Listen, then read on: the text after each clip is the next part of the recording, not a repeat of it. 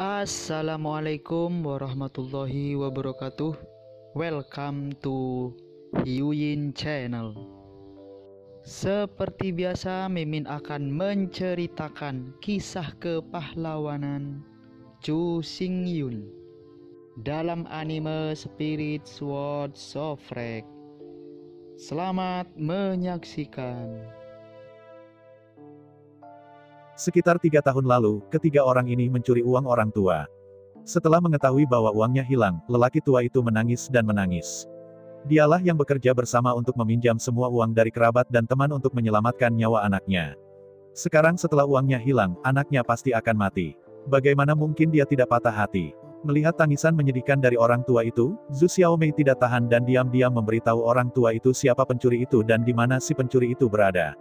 Menurut petunjuk yang diberikan oleh Zhu Xiaomei, pria tua itu berhasil menemukan Wang Yao, Wang Rui, dan Zhang Xide, dan merebut kembali uang yang menyelamatkan jiwa. Bukan hanya itu, tetapi di bawah amarah orang tua itu, ketiga orang itu dipukuli dengan kejam. Sejak hari itu, penderitaan Zhu Xiaomei datang. Ternyata seperti ini. Zhu Hengyu tahu sebab dan akibatnya. Maafkan aku, saudara Hengyu, kamu dalam masalah. Zhu Xiaomei meminta maaf kepada Zhu Hengyu lagi. Zhu Hengyu memandang keluhan pintar Zhu Xiaomei, membelai kepala Zhu Xiaomei, dan tersenyum hangat. Tidak perlu meminta maaf, tetapi kamu adalah penyumbang penyelamat hidupku.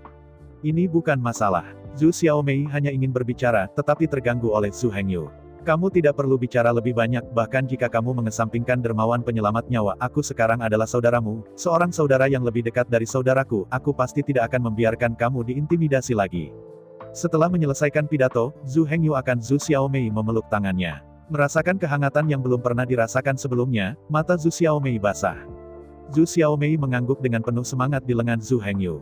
Setelah kehangatan, Zhu Xiaomei menyeka air mata di sudut matanya dan mengambil tangan Zhu Hengyu dan berkata, "Kakak Hengyu, ayo kembali. Aku akan mencoba mencari daging permainan hari ini dan memberimu beberapa daging untuk memberimu kekuatan besok tes." Bahkan, gubuk yang dibangun oleh keduanya berada di hutan lebat di daratan. Meskipun tidak terlalu dalam, itu tidak mudah ditemukan, tetapi saya tidak berharap untuk kembali kali ini, tetapi ditempati lagi. Saya melihat seorang wanita cantik, berpakaian putih, duduk bersila di gubuk, seolah-olah bermeditasi dan berlatih. Wanita ini bukan orang lain, itu adalah tester pertama di tingkat kedua dari tes hari yang mengejutkan penonton Si Yue. Zhu Hengyu dan Zhu Xiaomei memandangi Si Yue, dan mereka berdua mengerutkan kening, dan ekspresi yang konsisten bukan seperti saudara kandung, tapi itu lebih baik daripada saudara kandung. Keduanya berdiri di sana untuk sementara waktu, dan Si Yue tidak menanggapi. Namun, Zhu Xiaomei tidak bisa menahan diri, dan melangkah maju, berkata, "Saudari Si Yue, ini adalah kediaman kami berdua, dapatkah Anda menemukan tempat lain?" Begitu Zhu Xiaomei selesai berbicara, Si Yue membuka matanya dengan tajam dan menatap Zhu Xiaomei, "Bagaimana kamu bisa tahu namaku?"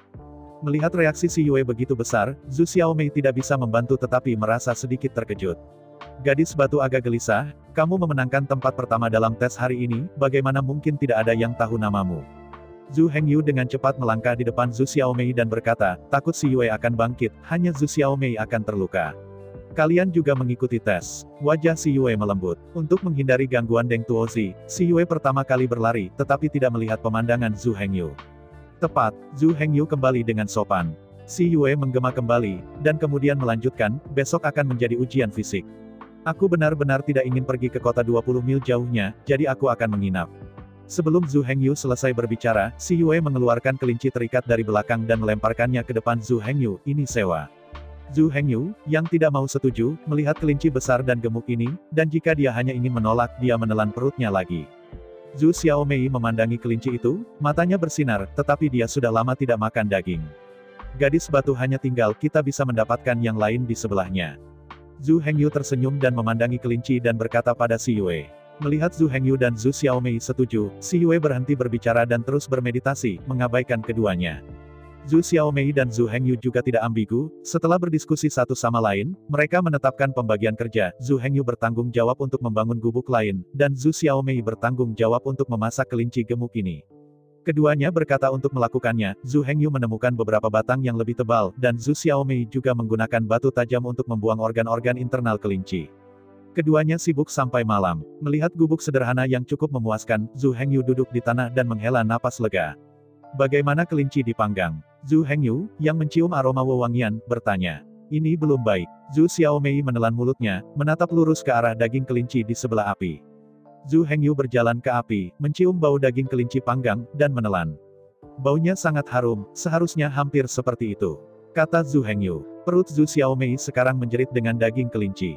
Saya melihat Zhu Xiaomei mengambil daging kelinci dari api, lalu membungkus tangannya dengan daun di sebelahnya, dan melepaskan salah satu kaki kelinci. Saya melihat bahwa kulit luar kaki kelinci masih mendesis dengan minyak sementara daging empuk di dalamnya putih panas. Menelan lagi, Zhu Xiaomei tidak menaruh kaki kelinci di mulutnya untuk dimakan, tetapi memberikannya kepada Si Yue yang sedang bermeditasi di gubuk. Saudari Si Yue, makan malam, Zhu Xiaomei berkata dengan patuh. Si Yue awalnya tidak ingin memiliki banyak kontak dengan Zhu Hengyu. Dia awalnya ingin menginap. Dia juga punya makanan kering sendiri. Dia hanya siap untuk makan makanan kering dan terus meremajakan. Hanya saja aroma daging kelinci panggang benar-benar menggoda, yang membuat Si Yue ingin memakannya. Melihat Si Yue berkedut, Zhu Xiaomei langsung menjejalkan kakinya ke kelinci, dan kemudian berkata, "Kakak Si Yue, kamu memakannya." Kakak Hengyu dan aku tidak bisa makan kelinci gemuk seperti itu. Mendengar bahwa keduanya tidak bisa makan, Si Yue berhenti mengutak-atik dan mengambil alih kaki kelinci, berterima kasih kepada Zhu Xiaomei. Mendengar terima kasih Si Yue, Zhu Xiaomei senang, dan kemudian berkata, "Gunakan lambat," lalu berlari kembali ke Zhu Hengyu. Ketika Zhu Xiaomei kembali, Zhu Hengyu menyentuh kepala Zhu Xiaomei sambil tersenyum. Zhu Xiaomei menarik kaki lainnya dari kelinci panggang dan menyerahkannya kepada Zhu Hengyu. Zhu Hengyu memandang Zhu Xiaomei. "Gadis kecil, makanlah. Aku akan makan di tempat lain." Zhu Hengyu mendorong kaki kelinci kembali ke Zhu Xiaomei lagi. "Tapi kakak, kamu masih harus melakukan tes fisik besok. Kaki kelinci ini bisa membuatmu lebih kuat," kata Zhu Xiaomei. "Tidak apa-apa, kakakku sudah cukup makan. Kaki kelinci untukmu." Zhu Hengyu masih tidak menjawab. Tapi Zhu Xiaomei bersikeras memberi Zhu Hengyu. Zhu Hengyu tidak punya pilihan selain mengambil kaki kelinci, dan kemudian berkata, "Kalau begitu, mari kita makan kaki kelinci ini satu persatu." Zhu Xiaomei masih ingin berbicara, tetapi Zhu Hengyu menggigit giginya di kaki kelinci, merobek sepotong daging, dan kemudian meletakkan kaki kelinci di mulut Zhu Xiaomei. Zhu Xiaomei memberi Zhu Hengyu pandangan ragu-ragu. "Makan, aku adalah saudaramu. Hari ini kita berada dalam kemiskinan dan hanya bisa dibagi menjadi kaki kelinci untuk dimakan. Ketika aku menjadi murid Mo Yang Jianzong, aku akan belajar keterampilan praktik terbaik dan aku akan membiarkanmu makan daging setiap hari." Zhu Hengyu memandang Zhu Xiaomei dengan tegas dan berkata. Zhu Xiaomei memandang Zhu Hengyu dengan tatapan tegas, bergerak dalam hatinya, dan mengangguk dengan keras, "Baiklah, saudaraku, ayolah."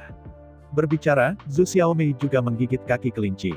Keduanya tersenyum satu sama lain, dan sekitarnya dipenuhi dengan kasih sayang yang hangat. Si Yue, yang makan sedikit daging kaki, memandangi sepasang saudara pengemis yang makan sedikit daging, dan merasa sedikit sedih di hatinya, meneriaki mereka berdua, "Adik perempuan, kau tinggal bersamaku malam ini, pondok ini dapat memeras dua pribadi." Setelah mendengarkan kata-kata Si Yue, Zhu Hengyu melirik ke gubuk super yang ia bangun, dan berkata kepada Zhu Xiaomei, "Pergilah, gubuk yang kubuat terlalu sederhana, kau harus pergi dengan saudarimu, suster perempuan." Zhu Xiaomei menggelengkan kepalanya dan berkata kepada Si Yue, "Terima kasih, suster Si atas kebaikanmu, tetapi saudara dan saudari kita tidak akan terpisah." Setelah berbicara, dia memandang Zhu Hengyu dan berkata, "Bahkan jika ada gubuk sederhana, selama ada saudara laki-laki, saya merasa hangat." Setelah mendengarkan Zhu Xiaomei, Zhu Hengyu merasa hangat di hatinya. Si Yue melihat bahwa Zhu Xiaomei tidak tertarik, dan tidak lagi bertanya, dan terus bermeditasi setelah makan kaki kelinci. Setelah keduanya selesai makan daging kelinci, Zhu Hengyu ingin Zhu Xiaomei tinggal bersama Si Yue, tetapi Zhu Xiaomei ingin hidup bersama Zhu Hengyu. Zhu Hengyu tidak bisa lain selain Zhu Xiaomei, dan hanya membiarkan Zhu Xiaomei tidur sendiri. Semalam, pagi-pagi keesokan harinya, Zhu Hengyu bangun untuk melakukan beberapa kegiatan peregangan, bersiap untuk menghadapi tes fisik hari ini. Zhu Xiaomei memulai lebih awal untuk memungkinkan Zhu Hengyu berpartisipasi dalam tes hari ini. Zhu Xiaomei secara khusus memetik banyak buah-buahan liar dan kembali. Si Yue bermeditasi sepanjang malam, dan setelah mengatakan terima kasih kepada Zhu Xiaomei di pagi hari, dia menghilang ke hutan. Melihat buah liar yang dikembalikan Zhu Xiaocai, Zhu Hengyu tergerak. Hanya saja Zhu Xiaomei mengambil terlalu banyak saat ini. Setelah dipaksa makan buah keenam oleh Zhu Xiaomei, Zhu Hengyu tidak bisa makan lagi. "Aku benar-benar kenyang, aku tidak bisa memakannya." Zhu Hengyu memohon ampun. "Tidak, tes fisikmu pasti sulit hari ini. Kamu harus penuh untuk menyelesaikan tes." Keduanya dalam masalah untuk sementara waktu. Setelah Zhu Hengyu makan dua buah liar, Zhu Xiaomei kemudian berhenti dan tidak lagi memaksa Zhu Hengyu. Melihat waktu semakin dekat, keduanya tidak lagi tertunda, dan setelah selesai sedikit, mereka berlari ke arah gerbang gunung. Meskipun masih banyak orang di gerbang Gunung Moyang Jianzhong saat ini, ada lebih sedikit orang yang berpartisipasi dalam tes tingkat ketiga di tengah-tengah venue, hanya sekitar 1.500 orang, dan sisanya adalah penonton yang baik. Zhu Hengyu dan Zhu Xiaomei berjuang menembus kerumunan. Kakak Hengyu bersorak. Zhu Xiaomei mendorong di belakang Zhu Hengyu. Zhu Hengyu menoleh dan mengangguk sambil tersenyum. Lalu dia berbalik dan berjalan dengan tegas ke lapangan. Tetapi sebelum Zhu Hengyu menemukan tempat untuk berbaris, ia diblokir oleh Wang Rui dan yang lainnya. Yo, sampah besar akan datang. Wang Yao menyeringai. Aku mengerti bagaimana kamu lulus hari ini. Zhang Xide tersenyum menguap. Hari ini adalah waktu kematianmu. Wang Rui juga berkata dengan acuh tak acuh. Zhu Hengyu benar-benar tidak ingin peduli dengan ketiga orang ini, berbalik dan berjalan ke arah lain. Tepat ketika ketiga Wang Rui ingin mengejar ejekan lagi, ada ledakan. Demon Sword Sect membuka pintunya lagi. Hari ini masih kepala dan beberapa penatua, tetapi beberapa talenta muda belum muncul. Ini tidak bisa membantu tetapi mengecewakan mereka yang ingin melihat Pei Misue Fang rongrong lagi. Orang tua itu pertama-tama mengucapkan selamat kepada semua penguji yang lulus level kedua, kata kepala itu. Tapi kali ini tidak ada kata-kata sanjungan seperti, jangan berani, terima kasih. Melihat keheningan di lapangan, kepala itu berkata lagi, hari ini adalah ujian masuk tingkat ketiga untuk ujian Sekte Pedang Iblis Pedangku. Aku pikir akan ada beberapa orang yang tahu aturan di sini, yang merendahkan untuk mendengarkan orang tuaku di sini, tetapi tes ini berbeda dari masa lalu. Kepala menunduk dengan tenang dan berbicara dengan luar biasa. Apa bedanya? Tanya seseorang. Aku akan membicarakan peraturan sebelum kamu, kata jenggot kepala. Semua orang berlarian di puncak gunung di sekitar Jalan Pansyang, karena ada banyak binatang buas di hutan, jadi kita tidak akan membiarkan semua orang mengambil jalan pintas. Kali ini berbeda. Kali ini kami mengizinkan semua orang mengambil jalan pintas. Jika Anda yang bertanggung jawab, itu sama dengan 1000 gelombang. Baik orang banyak dan orang-orang yang menunggu untuk mengikuti tes terkejut dengan berita itu. Pernahkah kamu mendengar? Kamu bisa mengambil jalan pintas. Berita ini sangat kuat, saya ingin menuliskannya. Berbagai suara di antara kerumunan mengikuti. Bagaimana dengan binatang buas di hutan? Tanya suara dari kerumunan. Ada banyak binatang buas di hutan. Jika para penguji tidak ingin mengambil jalan pintas dalam menghadapi bahaya, mereka juga dapat mengambil jalan Panshan seperti sebelumnya, dan binatang buas yang ganas itu tidak akan muncul di jalan Panshan. Kata Panci meledak lagi. Semua jenis spekulasi dan keraguan muncul satu demi satu. Itu semua untuk mengambil jalan pintas. Itu belum tentu, terlalu berbahaya untuk mengambil jalan pintas. Lebih aman untuk mengambil jalan Panshan. Telapak tangan itu mengangkat tangannya dan menekan, memberi isyarat agar semua orang diam. Semua orang melihat gerakan kepala dan perlahan-lahan tenang. Melihat keheningan di lapangan, kepala melanjutkan, apakah Anda punya pertanyaan? Apa yang akan terjadi pada hewan buas yang kita temui saat itu? Tanya satu orang yang ikut ujian. Usia tua ini tidak bisa dikendalikan lagi. Pepatah lama mengatakan bahwa hidup dan mati memiliki kehidupan dan kekayaan di langit. Apapun yang terjadi, itu tergantung pada kekayaan semua orang. Aku hanya akan mengatakan satu hal. Tidak hanya binatang buas yang ganas tetapi juga Warcraft di hutan. Pada saat Warcraft memakannya, Sekte Pedang Iblis kita hanya dapat mengirim sedikit pensiun kepada orang yang kamu cintai dan berbicara tentang hati mereka, kata kepala itu sambil tersenyum. Apa? Semua orang terkejut lagi. Untuk mengetahui bahwa Warcraft dan Ferocious Beast tidak memiliki level yang sama, apa yang bisa disebut Warcraft adalah karakter ganas yang setara dengan lebih dari 10 segmen tubuh sihir. Pembusukan tua telah selesai, dan ini menunggu semua orang dengan para penatua ke puncak gunung. Ketika dia berbicara, kepala dan sekelompok tetua bersinar, dan menghilang di gerbang gunung, hanya menyisakan debu. Pada saat ini, para murid yang menjaga gerbang juga memberi jalan kepada para penguji. Orang-orang yang berpartisipasi dalam tes di lapangan juga tidak ambigu, bergegas satu demi satu, melintasi gerbang gunung, dan langsung menuju ke puncak gunung. Di antara kerumunan bergegas, Su Ziyun menanggung beban. Gaun megah, setiap langkah memiliki 2 meter, tetapi itu tidak membuat orang merasa tidak nyaman, dan itu membuat orang merasa seperti penari cantik yang berjalan di udara. Para penggemar wanita penonton berteriak liar. Dan Si Yue peringkat kedua. Saya melihat bahwa Si Yue juga tidak ambigu. Saya tidak tahu di mana harus mempelajari latihan tubuh yang ringan. Setiap langkah melonjak lebih dari 2 meter, tapi itu tidak secepat jejak Su Ziyun, sehingga peringkat kedua. Namun masih menarik kegilaan banyak pria. Saya melihat Si Yue berkibar-kibar dalam pakaian putih, dan setiap kali dia melompat itu seperti peri, dan lelaki yang melihatnya marah. Kemudian, penguji biasa semuanya pelari biasa, tetapi beberapa memiliki langkah besar dan beberapa memiliki kaki yang cepat. Zhu Hengyu, yang berlari di kerumunan, memandang orang-orang dengan hati-hati, memikirkan bagaimana menjadi baik. Lihat, Su Ziyun telah memasuki hutan. Sebuah suara datang dari penonton di belakangnya. Si Yue juga masuk. Seseorang berteriak lagi. Ketika keduanya memasuki hutan, lebih banyak penguji juga bergabung dengan barisan, satu demi satu ke dalam hutan. Namun, kebanyakan orang masih mengikuti aturan sebelumnya di piring yang luas. Zhu Hengyu tidak mau mengambil risiko, ia mengikuti pasukan besar. Tapi tiga Wang Rui tidak ingin Zhu Hengyu mengikuti pasukan besar dengan lancar. Saya melihat tiga orang mendorong bolak-balik di samping Zhu Hengyu, dan Zhu Hengyu hanya bisa menghindar bolak-balik, yang membuat Zhu Hengyu, yang awalnya lemah dan tidak bisa mengimbangi pasukan besar, semakin jauh dan semakin jauh. Apakah Zhu Hengyu melambat atau mempercepat langkahnya? Mereka bertiga mengelilinginya berulang-ulang, menyebabkan dia mengkonsumsi kekuatan fisik. Melihat situasi ini, mata Zhu Hengyu bersinar dengan dingin, dan sepertinya dia hanya bisa mengambil risiko. Saya melihat Zhu Hengyu menghindari dampak Wang Rui, dan sesosok tubuh melesat ke hutan di samping jalan. Wang Rui mengangkat alisnya dan mengedipkan mata pada Wang Yao dan Zhang Xide, lalu mereka bertiga tidak ambigu dan mengikuti ke hutan.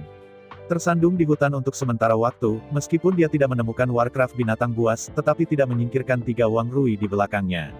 Melihat bahwa ketiganya tidak dapat digoyahkan, Zhu Hengyu berhenti berlari, berhenti dan berbalik, menyesuaikan napas, dan kemudian berteriak pada tiga di belakang, "Apa yang kalian lakukan? Ini hidupmu." Wang Ruiyin berkata dengan angkuh. Berbicara, mereka bertiga mengelilingi Zhu Hengyu di tengah. Menyaksikan ketiga pria itu dengan waspada, Zhu Hengyu berkata, "Kami tidak memiliki banyak kebencian, kami memiliki sesuatu untuk dikatakan. Kamu sampah. Hati-hati." Faktanya, kata-kata Zhu Hengyu hanya membuat mereka rileks kewaspadaan mereka dan menganggapnya enteng. Begitu kata-kata itu selesai, Zhu Hengyu menusuk Zhang Xide dengan pedang. Melihat situasinya tidak baik, Wang Rui mendorong Zhang Xide menjauh, terlambat untuk mengeluarkan pedangnya, dan hanya bisa menendang Zhu Hengyu dengan kakinya. Melihat bahwa tidak ada pukulan, Zhu Hengyu juga tidak ambigu. Mengambil keuntungan dari ketidakstabilan Wang Rui dan Zhang Xide, Wang Yao belum bereaksi, tetapi Zhu Hengyu tiba-tiba menyoroti pengepungan mereka bertiga dan mulai berlari lagi. Wang Rui melirik rasa malu Zhang Xide. Zhang Xide ingin membela tetapi diinterupsi oleh Wang Rui. Mengejar. Atas perintah itu, Wang Rui dan Wang Yao mengejar tempat Zhu Hengyu melarikan diri. Wajah Zhang Xide mengikuti di belakang keduanya dengan ketidakpastian, tidak tahu apa yang dia pikirkan. Namun, kali ini ketiganya hilang. Ketiganya mengejar Zhu Hengyu untuk sementara waktu, dan tidak menemukan jejak Zhu Hengyu. Setelah mencari-cari, dia masih tidak dapat menemukannya. "Sial," Wang Yao berkata dengan getir. "Jangan panik, karena penampilannya yang lemah, dia pasti tidak jauh. Kami melihat sekeliling." Wang Rui berdiri di tempat melihat sekeliling, dan berkata kepada dua lainnya. "Oke." Wang Yao Zhang Xide merespons, dan kemudian mulai melihat sekeliling. "Setelah saya terbang Huang Tengda, saya akan membuat Anda terlihat baik." Zhang Xide memunggungi keduanya, mengepalkan giginya, dan berpikir dalam hati. Tapi dia tidak diam, memain-mainkan rumput di sekitarnya, mencoba menemukan jejak Zhu Hengyu. Pada saat ini, sebuah suara datang dari rumput di depan Zhang Xide. "Zhu Hengyu, keluar. Aku tahu kamu bersembunyi di sana." Karena pelajaran terakhir masih jelas, Zhang Xide tidak berani melangkah maju dan mundur beberapa langkah, berteriak ke rumput. Wang Rui dan Wang Yao tidak jauh, keduanya mencari suara, dan berlari. "Ada apa? Apakah kamu menemukan anak itu?" Wang Yao bertanya dengan keras. Zhang Xide menunjuk ke rumput tidak jauh. Wang Rui dan Wang Yao memandangi rumput dan saling memandang lagi. Setelah memahami arti dari pihak lain, Wang Yao berkata kepada Zhang Xide, "Zhang Xide, pergi dan lihat, kami akan melindungimu nanti." Zhang Xide ragu-ragu, lalu mengangguk dan berkata oke. Zhang Xide berbisik dalam hati, dan mulai menguji masa lalu. "Zhu Hengyu, tidak perlu bersembunyi, aku tahu kamu ada di sana." Zhang Xide masih memiliki ketakutan tentang terakhir kali dia bermain dengan Zhu Hengyu sendirian. Masih ada beberapa langkah lagi dari semak-semak. "Naik!" Dengan teriakan Zhang Xide, rumput berhenti bergetar. Zhang Xide tidak tahu apa situasinya, dan bertanya-tanya. "Apakah kamu melarikan diri?" Zhang Xide berpikir sendiri, dan berjalan maju beberapa langkah. Baru saja, bayangan gelap keluar dari rumput. Zhang Xide tidak bisa mengelak dan langsung terlempar ke tanah. Di kejauhan, Wang Rui dan Wang Yao juga terkejut, dan bergegas untuk melihat. "Saya melihat serigala hitam dan abu-abu raksasa dengan seseorang yang tinggi menekan tubuh Zhang Xide." "Tolong!" Zhang Xide mengangkat kepala serigala dan mencoba yang terbaik untuk tidak membiarkan dirinya mengambil mulut besar dengan baskom darah. Sedangkan Wang Rui dan Wang Yao telah melihat monster-monster ini, mereka semua gemetaran. "Selamatkan aku dengan cepat!" Zhang Xide berteriak lagi. Wang Yao menggigil dan mencoba mengeluarkan pedangnya, tetapi Wang Rui menghentikannya. Wang Yao menoleh dan menatap Wang Rui dengan ekspresi bertanya. Wang Rui mengedipkan mata pada Wang Yao. Saudara-saudara bersama setiap hari, dan Wang Yao segera mengerti apa yang dimaksud Wang Rui. Pedang yang setengah ditarik diletakkan kembali. "Zhang Xide, kamu berdiri duluan, mari panggil penyelamat." Wang Yao berteriak kepada Zhang Xide yang berjuang untuk melawan tidak jauh. Zhang Xide tidak tahu apa maksud Wang Yao, dia hanya bisa memarahi, kalian dua anjing yang tidak memiliki kebenaran. Tapi Wang Rui dan Wang Yao masih peduli dengan hidup dan mati, memalingkan kepalanya untuk memulai pelarian tanpa kehidupan. Melihat bahwa dua saudara laki-laki Wang Rui dan Wang Yao menghilang di hutan, suasana hati Zhang Xide turun ke bawah. Menonton mulut besar dari baskom darah semakin dekat dan lebih dekat dengannya, Zhang Xide sudah agak lemah, dan dia ingin menutup matanya dan menunggu kematian. Pada saat ini, seseorang turun dari pohon, dari atas ke bawah, pedang menunjuk langsung ke serigala. Orang ini tidak lain adalah Zhu Hengyu yang bersembunyi di bawah pohon besar. Serigala raksasa menjerit, dan kemudian berguling, meninggalkan tubuh Zhang Xide. Zhang Xide dengan cepat bangkit dari tanah. Melihat pedang kayu yang patah di tangannya, Zhu Hengyu menarik napas, sangat sulit. Menatap lagi pada serigala raksasa yang tidak terluka, wajah Zhu Hengyu tidak terlalu tampan. Itu adalah binatang semi-sihir. Zhang Xide berteriak di belakangnya. Semi-demonize adalah binatang buas yang belum sepenuhnya didemonisasi, jadi serigala raksasa ini akan berwarna abu-abu dan hitam. Jika itu adalah binatang yang sepenuhnya diiblis, maka serigala ini adalah hitam murni. Serigala raksasa menjilat tempat yang ditikam oleh dirinya sendiri, dan sekali lagi mengatur posturnya, siap untuk menyerang Zhu Hengyu dan Zhang Xide. Pada saat ini Zhu Hengyu dan Zhang Xide berdiri berdampingan. Apa yang harus saya lakukan? Tanya Zhang Xide, mengeluarkan pedang di tangannya dan menatap serigala raksasa. Zhu Hengyu melirik Zhang Xide, aku menarik perhatiannya, kamu memberinya pukulan fatal dengan pedang. Berbicara, Zhu Hengyu melompat dan bergegas ke serigala iblis. Zhang Xide menyaksikan Zhu Hengyu di kejauhan menghindari serangan serigala raksasa bolak-balik, matanya mendung dan tidak menentu. Setelah berjuang sebentar di dalam hatinya, Zhang Xide tampaknya memutuskan, matanya bersinar dingin. Sementara Zhu Hengyu dan serigala raksasa bertarung dengan sengit, pedang menusuk. Melihat bahwa dia akan menusuk serigala raksasa, Zhang Xide tiba-tiba berbalik dan mengarahkan pedang ke Zhu Hengyu lagi. Pada saat ini, Zhu Hengyu sudah kewalahan oleh kebutuhan untuk menghindari serangan serigala raksasa, dan tidak dapat lepas dari pukulan Zhang Xide. Untungnya, pukulan ini tidak menusuk bagian vital. Mengambil keuntungan dari situasi ini, Zhu Hengyu melangkah mundur dan meninggalkan jangkauan serangan Giant Wolf dan Zhang Xide. Kamu, Zhu Hengyu menutupi lengannya yang masih berdarah dan menunjuk dengan marah pada Zhang Xide. Serigala raksasa itu juga membuka akalnya, ketika dia melihat keduanya saling membunuh, mereka tidak lagi melangkah maju untuk menyerang, mereka hanya duduk untuk menonton dan menunggu untuk menikmati manfaat dari si nelayan. Zhang Xide, apa kamu gila? Zhu Hengyu bertanya dengan marah. Hei, Zhu Hengyu, tidak heran aku, serigala raksasa ini sangat kuat, daripada kita berdua di sini, lebih baik menyelamatkan orang sampai akhir, mengirim Buddha ke barat dan makan siang untuk serigala ajaib beri aku kesempatan untuk melarikan diri. Wajah Zhang Xide. Zhu Hengyu tertawa. Itu benar, saya akan membakar kertas untuk Anda di masa depan, dan omong-omong membantu Anda membunuh dua bajingan Wang Rui dan Wang Yao, dan membantu Anda membalas dendam. Zhang Xide sudah agak sedih dan gila. Saya melihat Zhu Hengyu tidak berbicara, berbalik di tanah dua kali, menemukan cabang yang masih tegar, dan memegangnya di tangannya. Zhang Xide, aku tidak ingin membunuhmu, tapi aku masih tidak bisa lepas dari pepatah lama, Raja ingin kamu mati dalam 3 shift, bagaimana kamu bisa tinggal di Wuchang, karena kamu bersikeras mati, maka aku akan melengkapi kamu. Cabang, dengan tenang menghadap Zhang Xi. Kata De, haha, hanya ingin membunuhku dengan ranting di tanganmu. Zhang Xide memandangi ranting di tangan Zhu Hengyu dan tertawa. Bunuh kamu, 1 cabang sudah cukup. Zhu Hengyu menatap Zhang Xide dan Zhang Kuang dengan tenang. Karena kamu mencari kematian sendiri, maka tidak heran aku tidak merindukan anugerah penyelamatan hidup. Zhang Xide berkata, melihat Zhu Hengyu tidak tergerak, dan berkata dengan marah. Zhang Xide berbicara, tidak menunggu reaksi Zhu Hengyu, dan mengangkat pedangnya untuk menunjuk langsung ke hati Zhu Hengyu. Melihat gerakan pedang Zhang Xide, Zhu Hengyu tetap tak bergerak dengan wajah tenang. Melihat pedang di tangannya hampir menembus hati Zhu Hengyu, Zhang Xide sangat gembira, dan matanya berapi-api. Tetapi pada saat itu, Zhu Hengyu lolos dari trik ini dengan berkedip. Sebelum menunggu Zhang Xide bereaksi, dia mengangkat tangannya. Cabang itu mengenai tangan memegang pedang Zhang Xide. Tampar, cabang-cabangnya patah. Zhang Xide hanya merasakan sakit yang tajam di pergelangan tangannya, dan pedang itu segera dilepaskan. Zhang Xide jatuh ke tanah karena kekuatan serangan maju, dan Zhu Hengyu dengan tenang mengambil pedang besi berkarat milik Zhang Xide dari tanah. Zhang Xide menjerit kesakitan di pergelangan tangannya. Zhu Hengyu tidak lagi baik hati, dia mengangkat pedang besi dan menikam Zhang Xide. Pada saat ini, bayangan gelap terbang. Zhu Hengyu dengan cepat menghentikan tubuhnya. Menunggu Zhu Hengyu untuk melihat lebih dekat. Serigala raksasa telah menggigit leher Zhang Xide. Saya melihat Zhang Xide berlumuran darah, berjuang mati-matian, memandang Zhu Hengyu, dan mengulurkan tangannya untuk meminta bantuan. Sayangnya, kali ini Zhu Hengyu tidak lagi memiliki gerakan. Perlahan, perjuangan Zhang Xide semakin kecil dan semakin kecil, sampai tidak ada lagi gerakan. Serigala iblis mengangkat kepalanya dan menatap Zhu Hengyu. Zhu Hengyu memandang semua ini dengan dingin, tetapi dia tidak punya pilihan untuk melarikan diri. Karena dia ingin memverifikasi kekuatannya. Serigala raksasa menatap mata Zhu Hengyu dengan tegas, menunjukkan ekspresi brutal. Zhu Hengyu berpose untuk bertemu musuh. Serigala iblis juga berpose untuk menyerang. Pada saat ini, pohon-pohon di sekitarnya mulai bergetar, dan burung-burung di pohon itu terbang seolah-olah melarikan diri. Serigala raksasa itu menggerakkan telinganya ketika mendengar suara itu. Ekspresi perlahan menunjukkan rasa takut.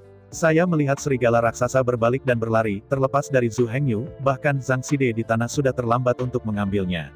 Melihat serigala raksasa yang melarikan diri, Zhu Hengyu tidak hanya tidak senang, tetapi suasana hatinya turun ke bawah. Mengapa Zhu Hengyu tidak berlari? Kekuatan fisiknya tidak cukup. Melihat momentum di sekitarnya, aku khawatir aku tidak akan bisa berlari, jadi aku tidak akan lari. Sebelum Warcraft datang, Zhu Hengyu berjongkok dan mulai mencari-cari di tubuh Zhang Xide. Hanya saja Zhang Xide juga seorang pengemis, dan tidak ada yang berharga di tubuhnya. Mengaduk-aduk, Zhu Hengyu hanya membalik tanda pada tubuh Zhang Xide. Bukankah semua token yang lulus tes diambil? Mengapa dia meninggalkan sepotong? Zhu Hengyu berkata pada dirinya sendiri dengan rasa ingin tahu. Melihat lebih dekat, Zhu Hengyu menemukan bahwa token ini berbeda dari token yang dikeluarkan oleh tes. Saya melihat bahwa tidak ada lingkaran ukiran pada token ini, bahannya berbeda dari kayu token yang lulus ujian, dan ada dua kepala domba yang dilukis di atasnya.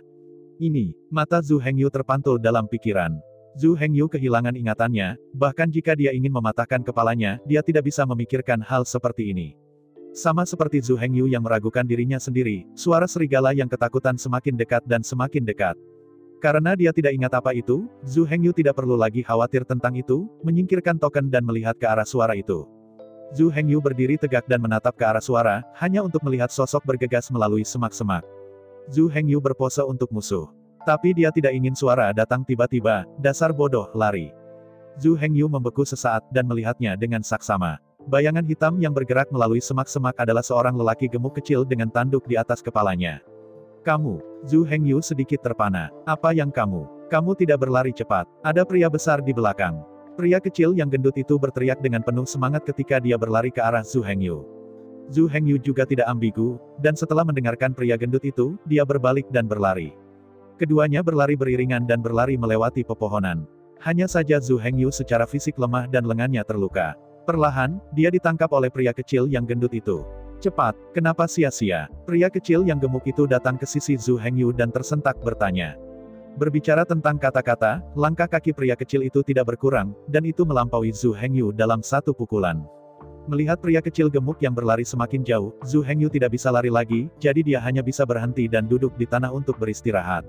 Kamu berlari. Pria kecil gendut itu berteriak sambil melihat kembali ke arah Zhu Hengyu. Aku tidak bisa lari. Ayo pergi. Aku akan mengatasinya. Zhu Hengyu mengambil napas dalam-dalam dan berteriak pada pria kecil yang gendut itu. Kalau begitu aku minta maaf. Kamu meminta lebih banyak berkat. Pria kecil yang gendut itu terus berlari ke depan tanpa melihat ke belakang. Zhu Hengyu memperhatikan lelaki gendut itu lari perlahan dan terengah-engah, lalu menstabilkan napas, berbalik, dan melihat dengan tegas ke arah suara keras itu. Ketika suara itu perlahan mendekat, Zhu Hengyu akhirnya melihat apa yang terjadi setelah keduanya. Ternyata babi hutan yang sangat besar. Kulihat taring babi hutan itu besar, bulu-bulu di tubuhnya juga gelap dan berkilau, dan pakaiannya kasar. Melihat Zhu Hengyu berhenti di sana, babi hutan itu juga menghentikan tubuhnya, menatap Zhu Hengyu dengan mata merahnya. Melihat babi hutan raksasa yang jauh lebih tinggi dari dirinya, Zhu Hengyu tidak bisa menahan napas, akhirnya tahu mengapa pria kecil yang gemuk itu harus melarikan diri. Hei, Zhu Hengyu menghela nafas sedikit. Tampaknya hari ini mengaku di sini. Zhu Hengyu merasa sedikit kesal. Hanya saja babi hutan tidak memberinya kesempatan untuk diam-diam menjadi sentimental.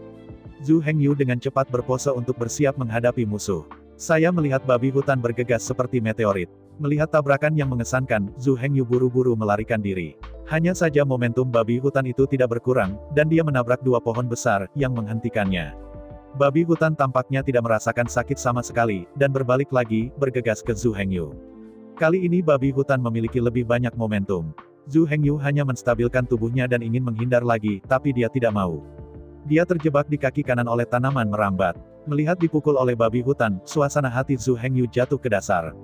Zhu Hengyu hanya ingin menjadi bijak, tetapi tiba-tiba kaki besar muncul dari semak-semak di samping. Saya melihat kaki ini ditendang langsung ke babi hutan. Babi hutan besar berbalik secara langsung. Zhu Hengyu buru-buru berbalik ke samping, menghindari tabrakan babi hutan. Apakah kamu baik-baik saja? Sebuah suara terdengar. Zhu Hengyu memusatkan pandangannya, itu ternyata adalah si kecil gendut tadi. Apakah kamu tidak lari? Zhu Hengyu bertanya-tanya. Lelaki kecil yang gemuk itu menggaruk kepalanya dengan malu, ayahku mengajari saya untuk tidak tahu berterima kasih. Pria harus bertanggung jawab dan bertanggung jawab. Ketika dia berbicara, ekspresi lelaki gendut itu menjadi tegas, silakan, aku dalam masalah, aku akan menyelesaikannya sendiri, aku tidak bisa melibatkanmu. Zhu Hengyu memandang pria gendut itu dengan ekspresi aneh, bagaimana kamu mengacaukan babi hutan ini? Setelah mendengarkan pertanyaan Zhu Hengyu, lelaki gendut itu tersenyum dan berkata tidak apa-apa, hanya serakah, makan babi panggang yang menyusu.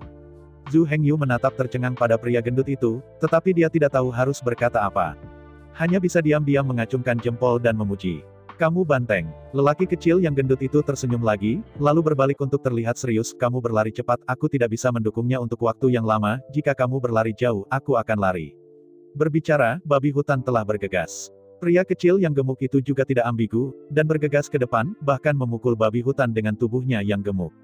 Hanya saja pria gemuk itu sedikit lebih lemah, dan darah telah mengalir dari sudut mulutnya, sepertinya dia telah menerima luka dalam. Cepatlah. Pria gendut itu berteriak pada Zhu Hengyu sambil menemui jalan buntu dengan babi hutan. Zhu Hengyu berdiri tegak dan memandang lelaki kecil yang gendut itu dan berkata, kakak meninggalkan namanya, aku akan mengingat dermawan penyelamat jiwa di masa depan, dan aku akan membakar sejumlah uang kertas untukmu setiap tahun baru. Lelaki gemuk itu awalnya ingin memarahi ibunya, tetapi dia memperhatikan Zhu Hengyu dengan wajah serius dan menelannya lagi, hanya berkata ingat nama Lao Su adalah Zhu Dachang. Bagus, akan ada periode di masa depan. Zhu Hengyu tidak menunda. Dia mengepalkan tinjunya pada pria gendut itu, berbalik dan lari, dan menghilang di pohon-pohon dalam sekejap. Sialan, babi mati. Lao Su akan melakukan pekerjaan yang baik denganmu hari ini. Zhu Dachang melihat Zhu Hengyu melarikan diri, dan dia tidak tersesat, juga tidak mengeluh, hanya melihat babi hutan dengan kutukan yang menyedihkan. Babi hutan juga tidak jelas, dan siap untuk bergegas ke depan, memukul Zhu Dachang dengan keras. Zhu Dachang juga menyambutnya dengan sangat keras. Hanya saja Zhu Dachang hanyalah orang biasa yang tidak memiliki latihan, meskipun ia memiliki kekuatan besar, itu bukan dialog babi hutan dewasa ini. Setelah beberapa putaran, Zhu Dachang sudah terluka. Zhu Dachang meludahkan darah, berlutut di tanah dengan susah payah. Ayah, sepertinya aku akan mati di sini hari ini, tolong maafkan anak-anak karena tidak berbakti. Zhu Dachang meludahkan darah di tanah dan berdiri lagi. Kamu babi gemuk. Lao Su tidak hanya ingin memakan babi, tetapi juga memanggangmu. Zhu Dachang terhuyung-huyung ke arah babi hutan. Pada saat ini, mata babi hutan itu menunjukkan tatapan mengejek. Melihat Zhu Dachang yang bergegas ke arahnya, babi hutan itu juga sopan dan langsung memukul lagi. Kali ini Zhu Dachang tidak punya energi dan langsung ditabrak oleh babi hutan dan terbang beberapa meter. Pada saat ini, Zhu Dachang sedang berbaring di tanah, tetapi dia tidak pernah bisa bangun lagi. Maaf ayah dan ibu, bayi harus mengambil langkah dulu. Zhu Dachang melihat babi hutan itu bergegas lagi, dan hanya bisa menutup matanya dan menunggu untuk mati. Babi hutan juga kasar, bagaimana mungkin tidak dilaporkan. Saya melihat babi hutan ini, dengan kaki belakang yang kuat melompat tinggi, bahkan mencoba duduk Zhu Dachang hidup-hidup. Zhu Dachang bisa merasakan angin kencang ketika dia berbaring di tanah dan menyerang dirinya sendiri. Saat ini juga, saya melihat pedang panjang yang berkarat keluar dari semak-semak di samping Zhu Dachang pada sudut yang sulit. Tidak ada orang lain adalah Zhu Hengyu. Ketika babi hutan melihat pedang panjang, dia tahu itu tidak baik, tetapi dia ada di udara saat ini, tetapi dia tidak dapat menyesuaikan sosoknya. Zhu Hengyu sudah berdiri di depan Zhu Dachang, pedang panjangnya menunjuk langsung ke perut babi hutan yang paling rentan. Saat pedang menembus perut, babi hutan melolong. Kemudian Zhu Hengyu berjongkok, dan bergegas maju. Pedang panjang memotong lurus melintasi perut babi hutan. Dalam sekejap usus besar dan hati seluruh babi hutan itu semua mengenai tubuh Zhu Dachang. Zhu Hengyu, yang pendek dan bungkuk, baru saja lolos dari babi hutan. Ledakan. Babi hutan jatuh dengan deras di tanah, dan ketika darah semakin berdarah, tidak ada gerakan setelah beberapa kejang-kejang di tanah. Zhu Dachang memejamkan matanya dan menunggu untuk mati. Dia hanya merasakan bau, tetapi itu adalah bau organ internal babi, dan kemudian kehangatan, tetapi semua organ internal ini telah jatuh di tubuhnya. Bah, apa ini? Zhu Dachang berjuang untuk berdiri. Ini. Zhu Dachang mual untuk sementara waktu sambil melihat organ-organ dalamnya. Setelah menunggu untuk mengeluarkan babi menyusui, Zhu Dachang sedikit mereda. Brengsek, apa yang kamu lakukan? Zhu Dachang memarahi Zhu Hengyu sambil menyeka residu dari mulutnya. Zhu Hengyu tidak berbicara, berbaring di tanah, terengah-engah. Ketika Zhu Hengyu tidak berbicara, Zhu Dachang tidak menganggapnya serius. Zhu Dachang berdiri dan melihat sekelilingnya dengan hati-hati, perlahan-lahan mulutnya bertambah panjang. Penurutanku. Zhu Dachang memandangi jeroan di tanah dan babi hutan jatuh ke tanah, dan tidak bisa tidak mengagumi. Wah, kamu luar biasa. Zhu Dachang datang ke Zhu Hengyu. Batuk. Zhu Hengyu terbatuk 2 kali di tanah dan sedikit tersenyum. Tidak sebagus kamu. Kamu bisa melawan babi hutan ini selama beberapa putaran, aku tidak bisa melakukannya. Itu dia. Jangan lihat siapa aku, kata Zhu Dachang dengan bangga. Aku tidak akan bercinta denganmu. Di 10 mil dan 8 kota di sekitar rumahku, aku tidak tahu bahwa aku Zhu Dachang. Zhu Hengyu perlahan duduk dan menatap Zhu Dachang sambil tersenyum. Tidak apa-apa, saudaraku. Zhu Dachang melihat Zhu Hengyu duduk dan bergegas maju untuk membantu. Hanya melihat Zhu Hengyu sedikit mengernyit, Zhu Dachang menatap darah babinya lagi, tapi dia tertegun dan tidak melangkah maju. Zhu Hengyu menatap Zhu Dachang dan tersenyum. Tidak apa-apa, aku tidak takut kotor, tapi kakiku tidak nyaman. Setelah mendengar kata-kata Zhu Hengyu, Zhu Dachang melangkah maju dan membuka celana Zhu Hengyu. Saya melihat celana Zhu Hengyu berlumuran darah. Tapi kakinya terluka. Zhu Hengyu, yang terkena luka Zhu Dachang, menarik napas. Setelah melihat ini, Zhu Dachang dengan cepat merobek pakaiannya dan membalut kaki kiri Zhu Hengyu yang terluka. Saudaraku, siapa namamu? Kamu diselamatkan, aku belum tahu namamu. Zhu Dachang bertanya kepada Zhu Hengyu sambil dengan hati-hati membungkus lukanya. Zhu Hengyu memandangi pakaian luka Zhu Dachang dan menyeringai, dia tidak menyangka lelaki kecil gemuk itu masih berukuran sedang. Namaku Zhu Hengyu. Nama keluargamu adalah Zhu. Kami adalah keluarga 500 tahun yang lalu. Zhu Dachang berkata sambil tersenyum ketika dia mendengar Zhu Hengyu. Hati Zhu Hengyu lucu, dari sinilah teorinya berasal. Aku bilang berapa umurmu tahun ini? Zhu Dachang terus bertanya. Aku tidak tahu, kata Zhu Hengyu redup. Zhu Dachang, yang membalut lukanya, menatap Zhu Hengyu, dan menelan kembali apa yang ingin dia katakan. Aku tidak tahu apakah kamu tidak tahu, tidak peduli apa, kamu adalah penyumbang penyelamat hidupku. Kita berdua memiliki nama keluarga yang sama, dan kamu akan menjadi saudaraku di masa depan. Zhu Dachang mengenali saudaranya sambil membalut luka. Saudaraku yang baik. Zhu Dachang membalut luka dan berdiri untuk menyeka keringat di wajahnya. Zhu Hengyu tidak bisa menahan tangis, jadi dia mengenali adiknya. Saudaraku, bisakah kamu tetap pergi? Tidak bisa pergi, aku akan menggendongmu. Zhu Dachang bertanya pada kaki kiri Zhu Hengyu yang terluka. Zhu Hengyu buru-buru menghentikan kata-kata Zhu Dachang, jangan panggil aku kakak, aku muda, kau harus memanggilku namaku, saudara-saudara kita akan baik-baik saja. Oke, kalau begitu aku akan memanggilmu Hengyu. Kamu bisa memanggilku Dachang. Zhu Dachang adalah orang yang ceria, dan dia berjanji akan turun. Yah, bagus. Zhu Hengyu mengangguk sambil tersenyum. Ayo pergi dengan cepat, aku takut kalau binatang buas di sekitar untuk sementara waktu akan menemukan bau berdarah ini datang, kata Zhu Dachang memandangi darah di sekitarnya. Oke, tolong bantu aku, ayo pergi. Jawab Zhu Hengyu. Zhu Hengyu, yang berdiri dengan keras, sangat kesakitan sehingga dia tidak bisa berjalan. Setelah melihat ini, Zhu Dachang meraih tangan Zhu Hengyu dan menempatkan Zhu Hengyu tepat di belakangnya. Duduk di belakang Zhu Dachang, Zhu Hengyu sedikit menghangat. Hengyu, kemana kita akan pergi? Zhu Dachang bertanya, menoleh untuk melihat Zhu Hengyu. Arah itu. Zhu Hengyu menunjuk ke satu arah. Bagus, ayo pergi, jawab Zhu Dachang, membawa Zhu Hengyu sambil menendang organ internal babi dengan kakinya, dan berjalan maju. Dachang, terima kasih. Zhu Hengyu berkata sambil tersenyum di punggung Zhu Dachang. Hei, terima kasih, terima kasih. Saudara-saudari kita telah menyerahkan hidup mereka. Siapapun yang berbicara dengan siapa, bicaralah tentang sesuatu nanti. Zhu Dachang tertawa. Oke, Zhu Hengyu juga tertawa dan menanggapi. Keduanya melewati semak-semak dan melintasi hutan. Kali ini, keduanya tidak menemukan binatang buas yang kejam, mereka hanya menemukan beberapa hal kecil seperti tikus tanah, mereka ditendang oleh Zhu Dachang. Hengyu, bisakah kamu bilang kita bisa menyusul? Zhu Dachang berkata dengan punggung di punggungnya. Aku tidak tahu, aku seharusnya bisa. Zhu Hengyu tidak yakin. Hei, harap, ini semua karena keserakahanku. Zhu Dachang berbicara dengan napas lega dan menyalahkan dirinya sendiri. Tidak apa-apa, ayolah, aku akan mendorongmu. Zhu Hengyu berkata dengan santai di punggung Zhu Dachang. Zhu Dachang tidak bisa membantu tetapi memutar matanya, kamu santai. Apalagi yang bisa kita lakukan jika kita tidak santai? Jika kita memiliki kemampuan itu, bisakah kita masih menggunakannya di sini? Zhu Hengyu mengambil sehelai daun dari pohon di sebelahnya dan memasukkannya ke dalam mulutnya, berkata dengan sembarangan. Saat itu, sebuah suara datang. Guru-guru, saya melihat Zhu Dachang meletakkan Zhu Hengyu di tanah dan jatuh ke tanah, terengah-engah dan berkata tidak, saya terlalu lapar untuk berjalan. Melihat Zhu Dachang terbaring di tanah, Zhu Hengyu sedikit mengernyit dan melihat sekeliling lagi. Pada saat ini saya melihat burung pegar di semak-semak. Melihat ini, Zhu Hengyu memikirkannya. Saya melihat Zhu Hengyu melemparkan pedang di tangannya. Tapi itu hanya menempel pada burung. Dachang, cepatlah, kita punya burung pegar. Zhu Hengyu berteriak kepada Zhu Dachang yang sedang berbaring di tanah. Zhu Dachang mendengar seekor burung pegar, dan seekor ikan mas berdiri, di mana? Di mana? Zhu Hengyu menunjuk ke semak yang tidak jauh. Zhu Dachang dengan cepat bergegas ke depan. Setelah beberapa saat, Zhu Dachang meninggalkan pedangnya dan ayam kanannya, dan berjalan kembali sambil tersenyum. Panggang, kamu punya kekuatan setelah makan. Zhu Hengyu memandang Zhu Dachang dan tersenyum. Zhu Dachang juga tidak ambigu, dia menemukan beberapa cabang dan menyalakan api. Melihat Zhu Dachang tidak melakukan apa-apa, ia menaruh seluruh ayam di atas api dan memanggangnya langsung. Tidak butuh waktu lama bagi bulu untuk mengeluarkan bau ayam. Zhu Dachang menyaksikan ayam panggang itu menelan. Zhu Hengyu tampak lucu di dalam hatinya. Saya sangat lapar, Zhu Hengyu berpikir begitu. Setelah dipanggang sebentar, Zhu Dachang hampir siap untuk mengambil ayam panggang.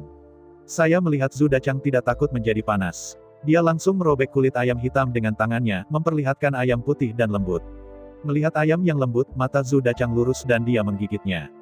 Hanya saja Zhu Hengyu tidak memiliki nafsu makan, tetapi terus mengamati. Pada saat ini, Zhu Dachang benar-benar tertarik pada ayam panggang, dan dia tidak memperhatikan anomali Zhu Hengyu. Makan cepat, makan cepat.